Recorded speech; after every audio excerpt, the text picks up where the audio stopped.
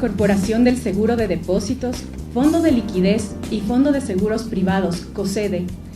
Un honor que nos acompañen en la presentación de la investigación Niveles óptimos del seguro de depósitos, que se basa en la determinación de los niveles óptimos del seguro de depósitos del Ecuador a partir de su función de distribución de pérdidas esperadas y de la estimación de las probabilidades de riesgo alto en las entidades financieras.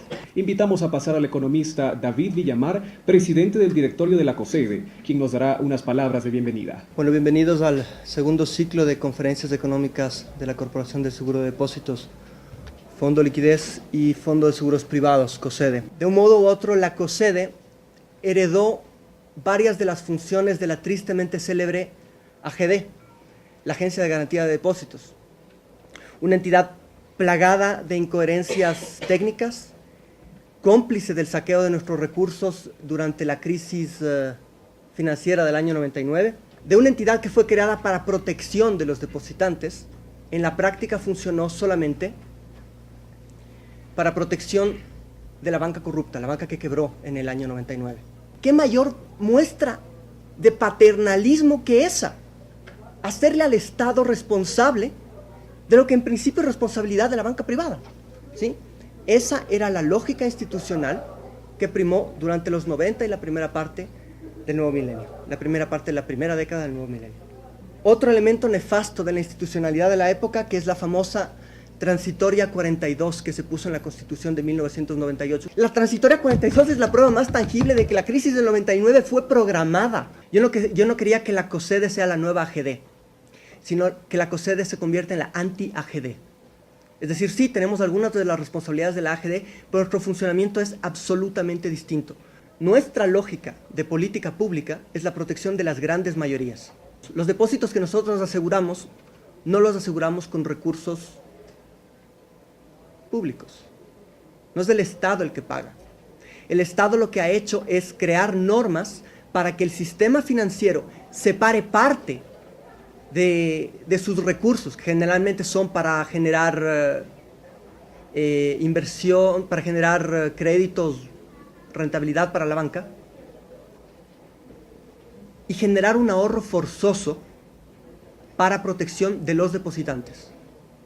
Entonces la lógica con la que funciona la COSEDE es completamente distinta de aquella con la que funciona la agencia, con la que funcionaba la Agencia de Garantía de Depósitos. Con Eugenio pensamos que una forma de reducir el problema de los conflictos de interés es darle más espacio a la investigación económica. Cuando nosotros tomamos decisiones en base a una investigación seria, realizada objetivamente, con profundidad, estamos minimizando el margen arbitrario en la toma de decisiones. ¿Entienden? Pero esto solo se logra cuando la investigación se realiza de forma seria e independiente, sin presiones. Porque también hay de las otras investigaciones. Si yo contrato una consultora que viene y me dice qué resultado quiere obtener y cuánto me va a pagar. Eso es investigación espuria, falsa. No es investigación económica de verdad. ¿Cuál es el papel, el rol que juega la investigación no solo en la política pública, sino en la transformación de la política? Es decir, la educación, la investigación tiene que ser nuestra máxima herramienta. Eso es todo lo que tenía por decirles. Les agradezco a todos por su presencia y por ser parte de que es uno de los mayores logros de nuestra gestión. Muchas gracias. Palabras de Eugenio Paladines, gerente general de la COSEDE. Para contextualizar la importancia de esta investigación, creo necesario que recordemos algunos de los principios de la arquitectura monetaria y financiera que disponemos actualmente como país. Una arquitectura monetaria y financiera que surge en cierta medida como respuesta e incluso rechazo de la arquitectura monetaria y financiera que disponíamos en la década de los 90. Para completar esta arquitectura monetaria y financiera, obviamente no nos podemos olvidar de la Agencia de Garantía de Depósitos, creada en 1998, que, como lo mencionaba el señor presidente del directorio, cubría sin límites los depósitos de la ciudadanía e incluso los depósitos en entidades offshore y paraísos fiscales. Obviamente, esta protección era una protección lírica, puesto que en la práctica, cuando empezaron a llegar liquidaciones, no tuvieron los recursos suficientes para realizar esa protección y tuvieron que acudir a los tristemente célebres bonos AGD. Obviamente, una de las principales preocupaciones del gobierno nacional en el 2008, desde la constituyente, fue crear una nueva arquitectura monetaria y financiera para evitar que crisis de este tipo puedan replicarse. Y ahora bien, por darles un dato, en junio de 2009, el 56% del total de la liquidez del sistema financiero, es decir, toda la plata que existe en la economía, estaba en el exterior. Entonces, obviamente, ahí ya nace la pregunta: ¿se está cumpliendo con este servicio de orden público? ¿Se está permitiendo intermediar entre los actores que tienen excedentes de liquidez y los que requieren liquidez? Si el 56% de la liquidez está fuera del país, obviamente es un tema cuestionable. Se prohíbe el congelamiento de depósitos. También las entidades, al tener requerimientos de liquidez y no poder suplirlos, se tuvo en ese momento que acudir al congelamiento de los depósitos. Eso queda prohibido desde la Constitución de la República, que es nuestro paraguas conceptual, nuestro mayor marco jurídico. La Constitución es un marco conceptual, nos centra en los instrumentos, pero fue una prioridad. Apenas se publica la Constitución en octubre de 2008, ya en diciembre de 2008 se promulga la Ley de Creación de la Red de Seguridad Financiera, donde se define esta nueva arquitectura monetaria y financiera, caracterizada principalmente por 4 pilares fundamentales. Se retoma la supervisión, recordemos que se había eliminado la supervisión, solo era vigilancia, una supervisión fuerte, tanto con la Superintendencia de Bancos como del sector financiero popular y solidario. El segundo es el fondo de liquidez. Ahí recordemos que quien fungía de prestamista de última instancia era el Banco Central. El Banco Central dio los créditos de liquidez. Actualmente tenemos un fondo de liquidez que también administra la COSEDE, que asciende a 2.400 millones y es el prestamista de última instancia con recursos de las propias entidades. Las propias entidades, tanto los bancos como las cooperativas, aportan a este fondo y ya no se utilizan los recursos públicos de todas y todos para aquella función.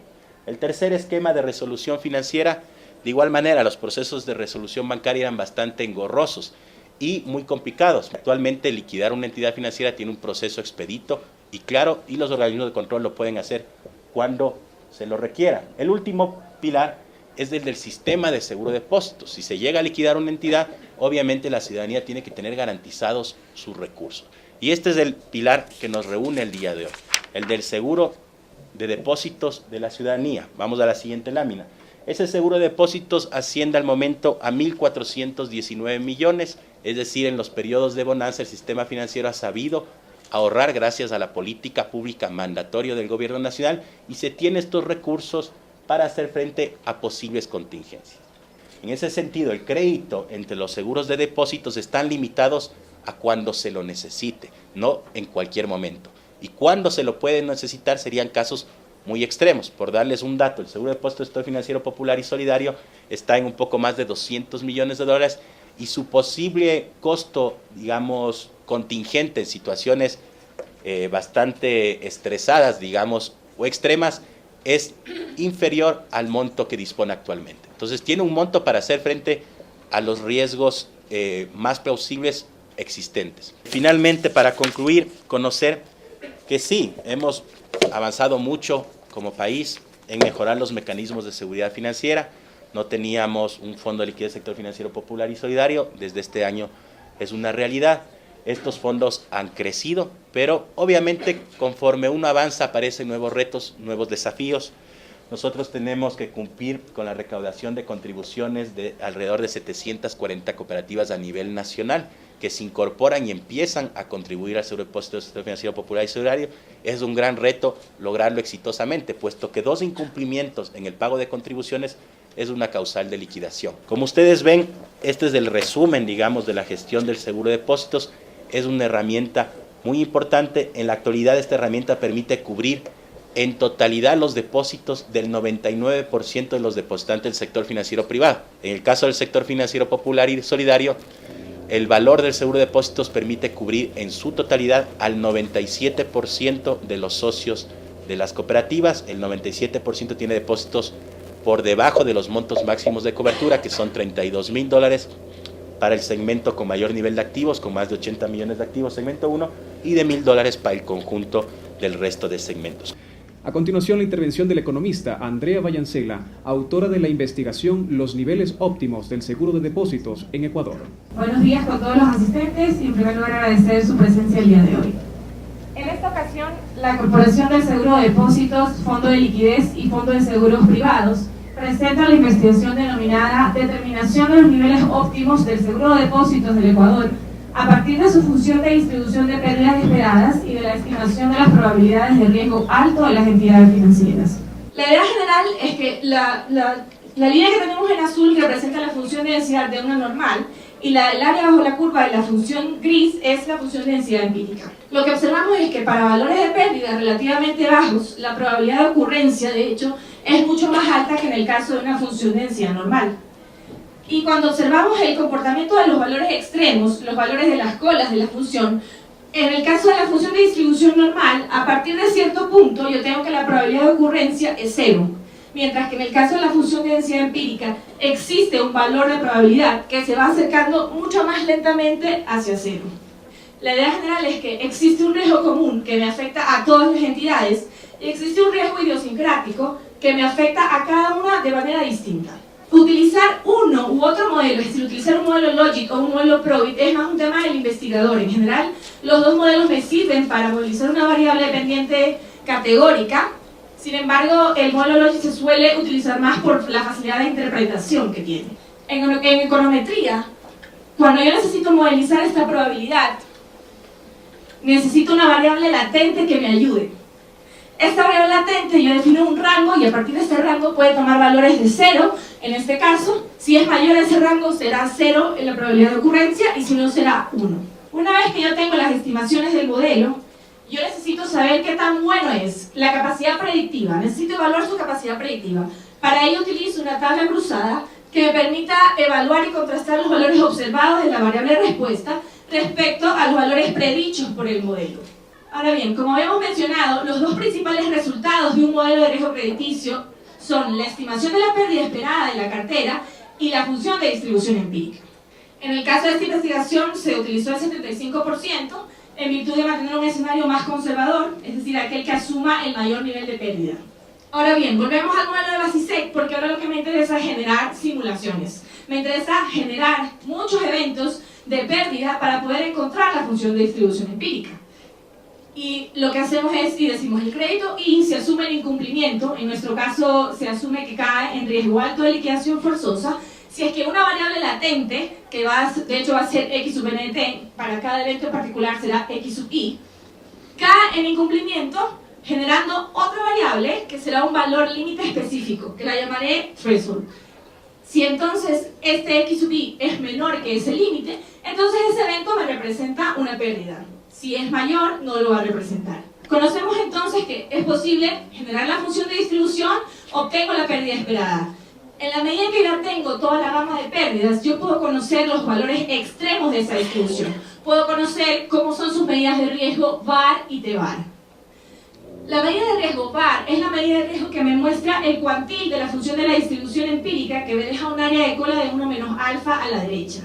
Lo que me dice es, bajo cierto nivel de confianza, dado un nivel de confianza, la pérdida máxima que tú tendrás será el valor X. Ahora pasamos al apartado de datos y resultados. Finalmente, aplicar toda esta metodología a los datos y los resultados del caso del seguro de depósitos del Ecuador. Los datos son de carácter mensual, desde enero de 2007 hasta junio de 2016. Y las entidades que se analizó responde al criterio de que se seleccionó aquellas que obtuvo la mayor cantidad de veces una calificación de riesgo alto durante el periodo de estudio. Y esto corresponde a 8 entidades, son 3 bancos, 3 mutualistas y 2 sociedades financieras. Respecto a las variables macroeconómicas, primero se estudió un set de 6 variables y a partir de ahí, después del análisis estadístico, finalmente se incluyeron 3.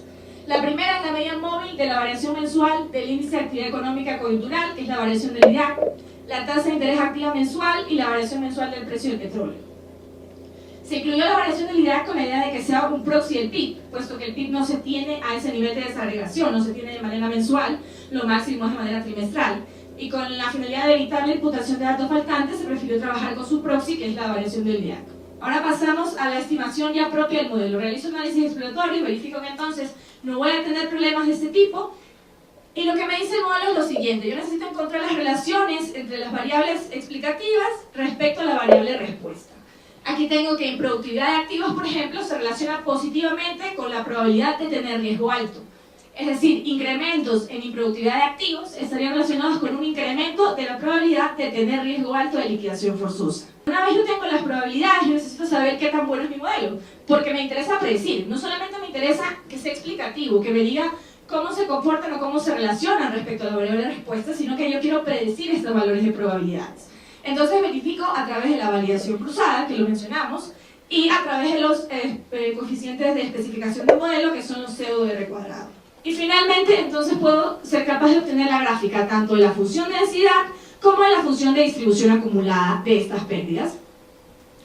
Lo que observo en general es, bueno, me interesa saber si el comportamiento es similar a lo que yo esperaba tener, es decir, si se comporta según lo que la estadística actuarial me dice respecto a las funciones de densidad de pérdidas. Observo la simetría hacia la derecha y observo la presencia de colas pesadas. Es decir, a niveles de probabilidad de pérdida relativamente bajos, la probabilidad de ocurrencia de hecho es más alta. Y observo que ligeramente se acerca lentamente hacia cero, hacia la probabilidad de ocurrencia de cero, para pérdidas relativamente altas. Finalmente, entonces estoy en capacidad de obtener la pérdida esperada de la cartera, que de hecho, bueno, yo la obtuve como un multiplicativo de estos tres factores y debería responder o debería ser similar a la media de toda la simulación. O sea, si yo obtuviera la media de toda la gama de pérdidas, debería ser un valor cercano al valor de la pérdida esperada. Decir que en el caso del seguro de depósitos, a mí lo que me interesa es que esta reserva al menos sea lo suficiente como para cubrir las pérdidas esperadas. Porque esto sería en el caso de que exista la liquidación forzosa de las entidades financieras. De las variables financieras, la variable de cobertura de cartera, rentabilidad y liquidez corriente, en todos los casos en los que resultaron estadísticamente significativas, muestran una relación negativa con la variable de respuesta. Es decir, incrementos en rentabilidad o incrementos en liquidez corriente estarían asociados con una disminución de la probabilidad de tener riesgo alto. Y respecto a las probabilidades de riesgo alto, en general, estas van desde 0 hasta 17.6%, que de hecho fue el máximo que observamos en la serie histórica. Sin embargo, a excepción de este valor para esta entidad en particular, en realidad como máximo llegan estas probabilidades hasta el 10 u 12%. Es importante que los administradores del seguro de depósito conozcan esta gama de posibles pérdidas, con el fin de que seleccionen aquel nivel óptimo que se ajuste a sus necesidades y que asuman la posición de riesgo que ellos desean, porque esto depende netamente del administrador como tal. Necesita una posición más aversa o una posición más amante al riesgo, entonces según eso yo me muevo en la función de distribución. Por otro lado, se sugiere actualizar los resultados y revisar la metodología de manera anual, ya que de un año a otro podrían cambiar las entidades que tienen riesgo alto y de esta manera me afectaría tanto a la estimación del modelo econométrico como a la generación de la función de distribución. Además, usar filtro de Kalman. El filtro de Kalman es una herramienta que me sirve para predecir valores de variables. Se usa dentro de los modelos de espacio-estado y la idea sería que para las variables explicativas yo podría predecirlas para momentos del tiempo mayores a t. De esta manera, la función de distribución empírica no solo me serviría para el plazo de un año, sino de un año en adelante. Y finalmente, aplicar la metodología para el sector financiero popular y solidario, así como en este caso se lo ha hecho para el sector financiero privado, en la medida en que se disponga de información de todos los segmentos para poder incorporar y hacer exactamente la misma estructura. Toda la información referente a los datos y al documento completo lo van a poder encontrar en el sitio web para que puedan disponer de ello. Muchas gracias.